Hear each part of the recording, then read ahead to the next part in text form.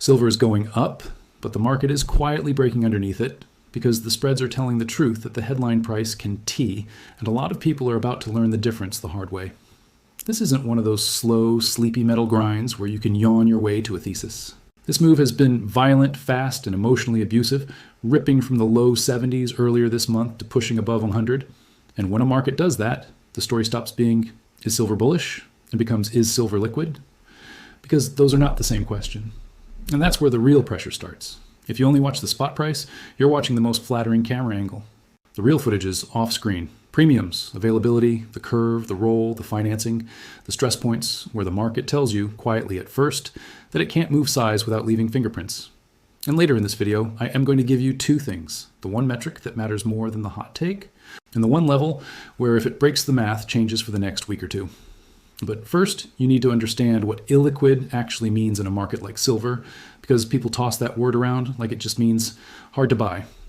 Illiquid doesn't mean no silver exists on Earth. Illiquid means price discovery is getting thin. It means the cost to get metal now is rising faster than the screen price. It means the bid disappears when you need it, the offer disappears when everyone else needs it, and the market starts doing that nasty thing where it gaps through levels like they were never there. And if you've been watching this month, you've already seen the tell. Two people can buy silver on the same day and pay two totally different prices, and both of them will swear the other guy is lying. That's not just inflation, that's fragmentation. That's a market losing its single, clean clearing price in real time. But that's not the part that matters. The part that matters is why it's happening now, and what it forces the big participants to do next. Start with the simplest street-level symptom. Premiums aren't just high, they're uneven. You'll see one product screaming, another product oddly calm, and a third product completely unavailable unless you're willing to wait, overpay, or compromise on form. You get weird behavior like bars getting liquid at one dealer while coins are rationed at another. You'll see in stock flip to pre-order in an afternoon. You'll hear that wholesalers are fine, then you'll hear that the next truck is delayed, then you'll hear that the manufacturer is backlogged. That is the market telling you there are frictions that paper doesn't know how to care about and physical can how to ignore.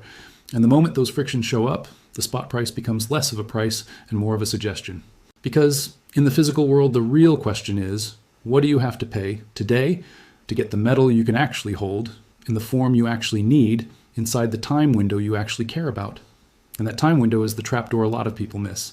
Because silver isn't just a shiny macro hedge, it's an industrial input. It's a procurement problem. It is a supply chain with lead times and bottlenecks, and we can just swap that constraints. And when a commodity has both a speculative paper market and a physical supply chain, you get a permanent tension between what traders want to believe and what manufacturers are forced to do. Now here's the hidden detail that reframes the whole story, the one thing that most people never look at, because it doesn't make for a clean tweet. The curve, the term structure, the relationship between now and later. In a healthy stored commodity, the future months tend to trade at a premium to the front month because storage costs money and financing costs money. That's a normal contango world. But when the front end gets bid hard, when nearby delivery becomes more valuable than later delivery, you get inversion, backwardation, a curve that says, in plain language, pay up if you want it now. And that is a physical stress signal, not a vibe. It is the market telling you immediate metal has a scarcity value that future promises dawn and T. And once that curve flips, it starts forcing behavior. It forces hedgers to reassess. It forces shorts to make decisions. It forces anyone who rolling positions month to month to pay a tax they didn't know might budget for. Because if the front month is expensive relative to later months, rolling a short can stop being a boring maintenance trade and become a bleeding wound. And that AUM-S, where the setup turns from silver is strong into silver is dangerous. Because when the cost of being short becomes a weekly expense, shorts don't just sit there proudly. They react, they cover, they reduce, they scramble for borrow, they try to roll, and the roll itself moves the market. It's not a conspiracy, it's incentives, it's risk management. It's the kind of pressure that shows up in spreads before it shows up in headlines. And that's the next detail that flips the whole setup. Let's talk about inventory, because this word gets weaponized.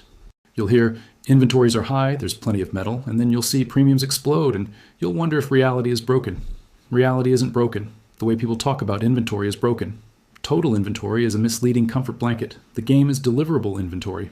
And deliverable inventory is not the same thing as metal exists in a vault. There are categories. There are ownership claims. There are bars that are eligible but not registered. metal that can sit there like a parked car you don't have the keys to. There are rules, and there's timing, and there is the brutal truth that a lot of metal is there until it is not, because the moment it becomes economically attractive to pull it, it gets pulled, or it gets locked by someone who has no interest in feeding the market at today's price. And once you understand that, you stop asking how many ounces exist, and you start asking how many ounces are actually for sale at the margin inside this delivery window at a price that doesn't destroy the buyer. Well, that's a different question.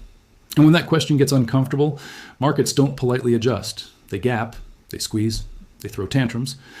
But don't take my word for it. Watch how the market behaves around delivery timing and month-end positioning. Watch how the curve behaves. Watch the way spreads move when the screen price looks calm. Because the spread is where liquidity confesses, and it's not done confessing. Now, zoom out to the plumbing most people ignore, London. A lot of global precious metal settlement doesn't happen with a retail coin purchase. It happens through wholesale bars, vaulting, leasing, and the quiet mechanics of, do you have it where I need it?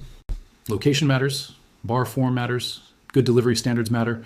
This is why you can have a world where silver is available in one sense and still feel illiquid in another. Because moving metal through the chain takes time, and time is the one thing a front-month delivery window doesn't offer. So when you see stress, you'll often see it first as a location premium, a form premium, a time premium. It's not always that the world ran out of silver. Sometimes it's that the world ran out of immediately deliverable silver in the right place, in the right format, at the right moment, without blowing up someone's hedging book. And that's where arbitrage is supposed to step in. But arbitrage is not magic. Arbitrage is trucks, paperwork, assaying, financing, and risk. If the spread says there's free money, you still have to be able to capture it. You have to move the metal, transform the form, or at least finance the gap between buying here and delivering there. If logistics are tight, if refining capacity is stretched, if transport is constrained, that free money becomes theoretical. And when theoretical arbitrage can't close a dislocation, the dislocation can grow teeth. It becomes self-reinforcing. The paper market keeps trading like it's liquid because the contracts are easy to click. But the physical market starts rationing because the chain can't instantly expand. And when the chain can't expand, the only variable left is price. That's not the part that matters, though. The part that matters is how this creates traps on both sides. Physical buyers get whipsawed by availability and premiums, and paper participants get trapped by the calendar. This is why you can see what looks like a paradox. Retail can be selling into strength while wholesale tightness still builds. People see plenty of bars, or they see some dealers suddenly flush and they declare the tightness story dead. But the bottleneck can be conversion, not existence. It can be form factor, it can be the gap between scrap and refined. It can be the difference between a 100-ounce bar sitting in a warehouse and a deliverable bar in the right system at the right time. If the demand pressure is in one lane and the supply is sitting in another lane, you can still get traffic. You can still get gridlock. And gridlock in a commodity market shows up as illiquidity. That's why the premium dispersion matters so much. It's the canary. It's the earliest visible sign that the market is not clearing smoothly. And when a market doesn't clear smoothly, you have to stop pretending the price is a single number. You have to start thinking in layers. Screen price, wholesale price, retail price, immediate price, future price. When those layers drift apart, someone is about to get forced to reconcile them. And forced reconciliation is never gentle. Here's where macro comes in, not as a bedtime story, but as an accelerant. Silver has been catching two winds at once. Macro-driven demand that normally chooses gold, and industrial demand that doesn't care about your narrative, only procurement. If you're a macro watcher, you know the environment. Rates, currencies, policy credibility, the constant tug of war between tight and oops. If you're a metals person, you know silver is the weirder cousin. Part monetary metal, part industrial workhorse. That dual identity is exactly why it can go illiquid faster than people expect. In a pure financial asset, supply is basically infinite in the sense that more sellers can always show up. In a physical commodity, supply has lead times. If a wave of demand arrives, whether it's investment or industrial, the supply response is not instant. Mines don't ramp overnight. Refiners don't conjure capacity on command. Scrap flows don't triple because your chart looks nice. So when demand surges and the chain is already tight, the market does the only thing it can do. It rations through price and time. You either pay more or you wait longer. And the moment the market starts rationing, you get that psychological shift. People stop asking, should I buy? And start asking, will I be able to buy later? That is where hoarding behavior can appear, not because people are crazy, but because the incentives change. If availability becomes uncertain, holding inventory becomes valuable. If holding inventory becomes valuable, sellers become reluctant. If sellers become reluctant, liquidity thins. And when liquidity thins, price moves more per unit of flow. That's reflexivity. That's how you get a market that feels like it's levitating. But here's the twist. The same illiquidity that can drive upside can also weaponize downside. Because in thin conditions, it doesn't take much to create air pockets. A single large seller can punch through bids. A margin call wave can cascade. A surprise headline can trigger stop runs. And that brings us to the part most people hate, leverage and margin. If you want to understand why silver can whip around like it's possessed, don't blame emotion first, blame mechanics. Futures are leveraged instruments. Options can amplify positioning. When volatility rises, margin requirements can rise. When margin rises, people who are comfortably positioned become forced sellers. And forced selling doesn't care if your thesis is correct. Forced selling cares about cash.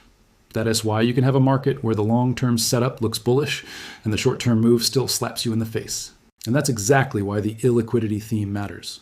Illiquid markets punish leverage, punish overconfidence, and punish people who confuse right with timed right.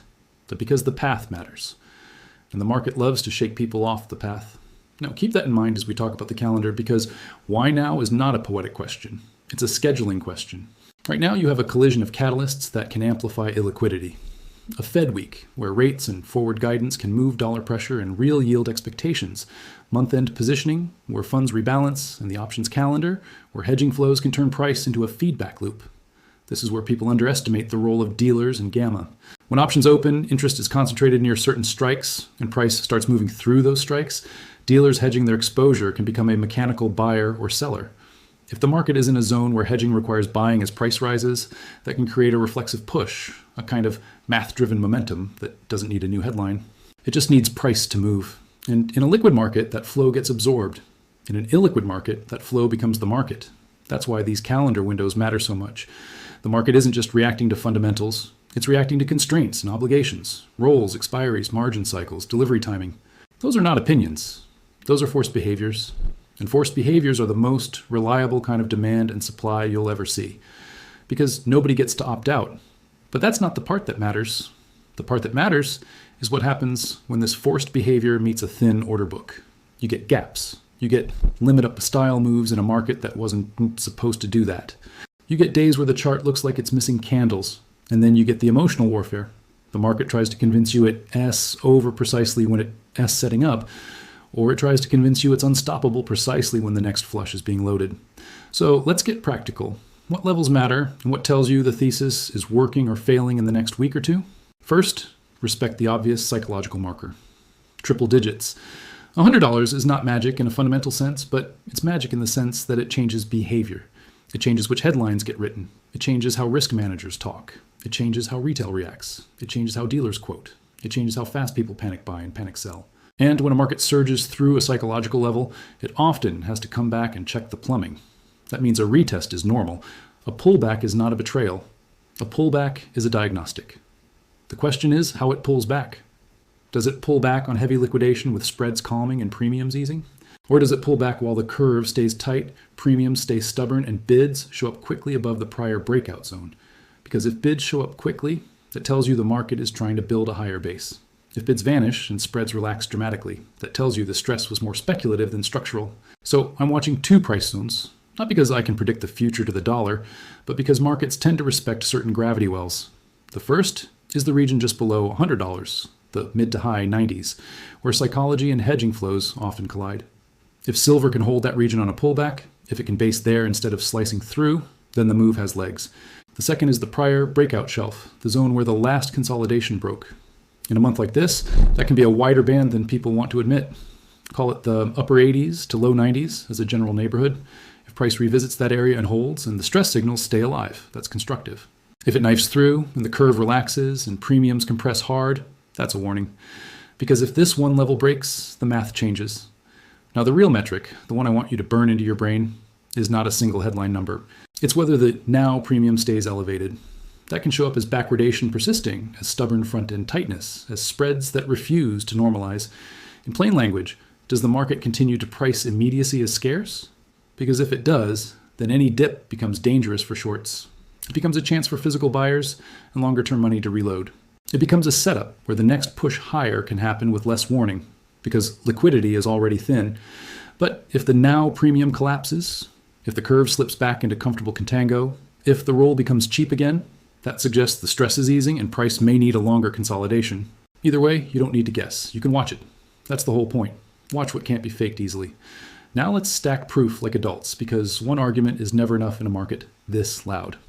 Proof point 1, speed and range. A move from the low 70s to above $100 inside a month is not normal. That's a volatility regime shift. It changes behavior and it changes margin. Proof point 2, premium dispersion. When retail and wholesale pricing splinter, it's a sign the market isn't clearing smoothly. Proof point 3, curve behavior. A stressed front end tells you immediacy is being bid. Proof point 4, delivery and inventory categories.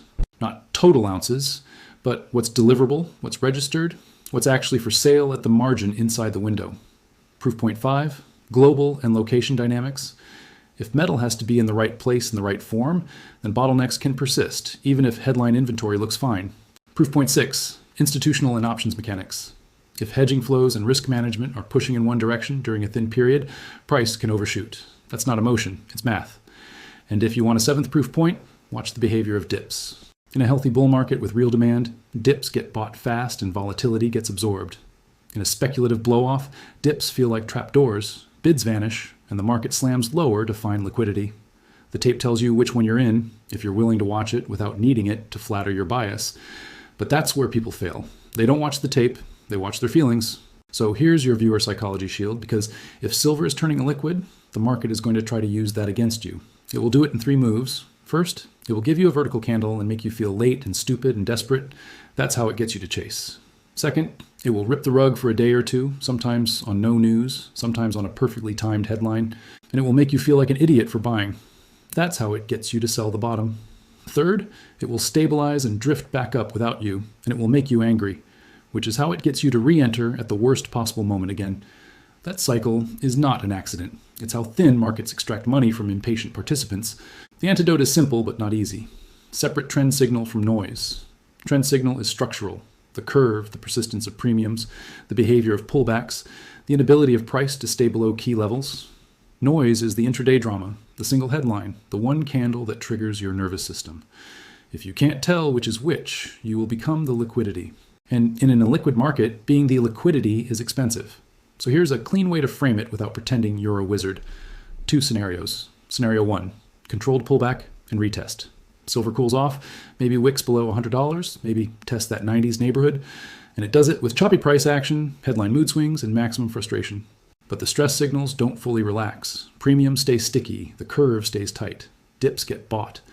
That's the market building a new base. If that's what happens, you don't need to predict a straight line. You just need to recognize that the market is accepting higher prices and rationing supply. Scenario 2, continuation squeeze and gap risk. Silver stays bid, liquidity thins further, and price starts jumping in chunks, especially around option strikes or into thin sessions, because sellers step back and forced buying does the work. In that scenario, the danger is not that the thesis is wrong. The danger is that you get whipsawed by the violence. You chase, you panic, you get shaken out, you rechase. The way you survive that is not by being right harder. It's by respecting volatility, avoiding emotional leverage, and having a plan for what you do if price goes against you temporarily, even while the structure stays intact. Because price can whip around violently, even if the thesis is correct. That's not a disclaimer, that's a feature of the setup. Illiquidity is a volatility amplifier. It makes both directions sharper. Now, what would weaken or invalidate the illiquidity thesis near term? I'll give you a few clean tells. If premiums compress broadly and stay compressed, meaning the physical market stops charging that now attacks, that S1. If the curve relaxes meaningfully and nearby tightness fades, that's another. If pullbacks slice through the prior breakout shelf and stay there and buyers don't defend, that's another. If volatility spikes and then the market can't recover quickly, that suggests the move was more positioning than structure. On the flip side, what confirms the thesis? The curve staying tight, premium staying stubborn, dips getting bought quickly above the breakout zone, and importantly, price repeatedly refusing to spend time below key psychological levels after a flush. You don't need perfect data. You need consistent behavior. Markets tell the truth in repetition. Now let's talk about what comes next, because what to watch is where trust gets earned. Over the next week or two, I am watching 3 windows. The immediate post-policy reaction, where dollar and real yield expectations can swing risk appetite to the month-end positioning, where rebalancing can create unnatural flows, and the option-related hedging zones, where price can become reflexive. In those windows, I'm watching the curve first, price second. If the curve stays inverted or tight, then any dip is suspect, in the sense that it can reverse faster than people expect. I'm watching whether the mid to high 90s can act like a magnet that holds or like a trapdoor that breaks. I am watching whether the prior breakout shelf, call it upper 80s to low 90s, holds on any deeper shakeout. And I'm watching the character of the tape. Does liquidity show up as firm bids, or does it vanish and return only lower? Because that tells you if the market is distributing or building.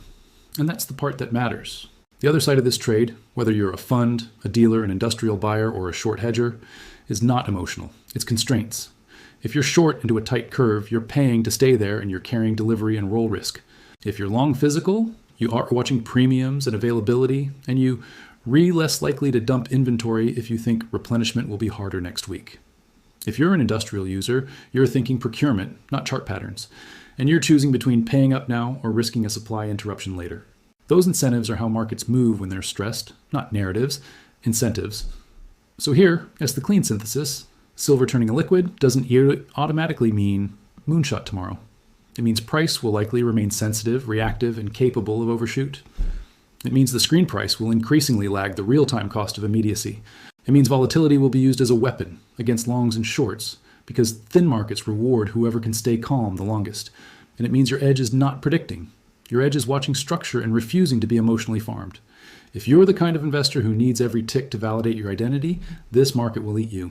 If you're the kind of investor who can respect volatility, track the curve, watch the stress signals, and stay humble about timing, you'll see setups other people miss. And one more thing before we close. The mainstream will keep narrating this as a story about silver price hits X, as if that's the whole reality. But the real story is the plumbing, because when liquidity breaks, price becomes less democratic. It becomes more like an auction in a room where half the bidders aren't allowed in, and the other half are forced to bid. That's why the spreads matter. That's why the curve matters. That's why premiums matter. That's why the calendar matters, and that's why this is happening now. So here's your near-term roadmap, plain and usable. Base case, a noisy pullback that holds in the 90s, builds a higher base, keeps the curve tight, then tries to push back through $100 with less resistance because weak hands have been shaken out. Squeeze case, a continuation where liquidity thins further, offers step back, and price jumps in chunks, especially around key strikes and thin sessions, while everyone argues about whether it's real. In both cases, the confirmation is the same. The market keeps charging a now premium. The invalidation is also the same. The now premium collapses, the curve relaxes, and price can't hold above the breakout shelf. And if you want to be part of the small group that doesn't get emotionally bullied by this tape, you already know what to do. Stop outsourcing your conviction to headlines, track the mechanics, and compare what the price says to what the market structure is quietly screaming. If you want, stick around with people who think like that, people who want logic, mechanisms, and a checklist instead of a pep talk. Because this next stretch is going to punish the loudest and reward the most disciplined.